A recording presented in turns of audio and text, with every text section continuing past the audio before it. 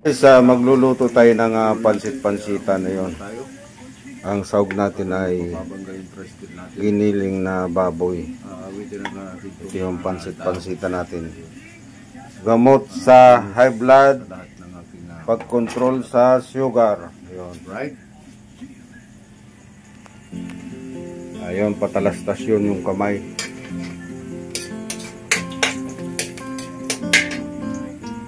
Buksan mo ito, ne?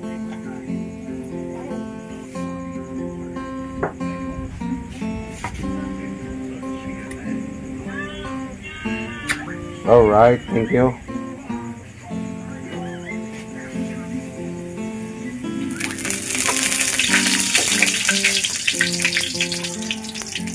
Ba't ayaw lumabas? Tayo'y mga dahon lang. Saraan mo, ane?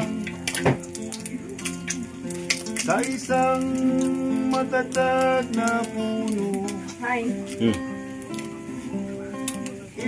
Isang ating pinanggalingan. Hindi pa rin sa pagsubok. Maaaring sa isang dahon. Ayan, bibitayin muna natin yung baboy pork. Ayan, nilagay sa lata. Ayan ang mga uso ngayon. Lang tayo maulog sa lupa. Lagyan natin ng kunting sabaw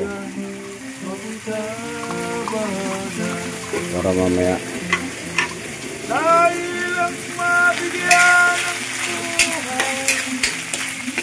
kunting laga, kunting prito para masarap. Yan si Elitimbal Big Sister. Kung may lungkot ka, may magluto ng pansit-pansitan. Lagyan natin yung pansit-pansitan natin na may kahalong kunting patula.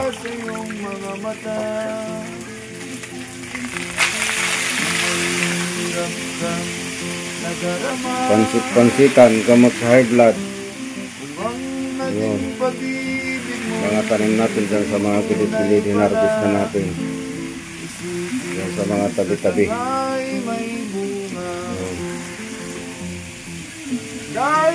Kailangan hugasan nyo ng mga 10 beses kasi involved sila sa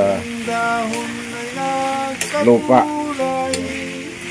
Gumagapang lang kasi sila sa lupa. Yun, sarap ng ating pansit-pansitan.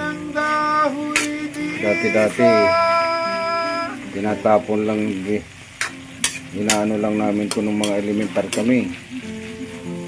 Ginagabi lang namin yan, tinatabas lang. Ngayon pala, masarap na ulam. Gamot pa sa high blood. Lagyan natin ng kunting asin. At ihalo natin ulit. Ayan. Mabango na. Thank you. Wasarap naman dyan. Kaya takpan natin yung pansit-pansitan natin. 5 minutes. Pwede na tayong kumain. Natin kung masarap. Shout out sa lahat ng mga nagluluto dyan. Ayan, pansit-pansitan. Ginaya lang naman kitang magluto. Bango. Shout out.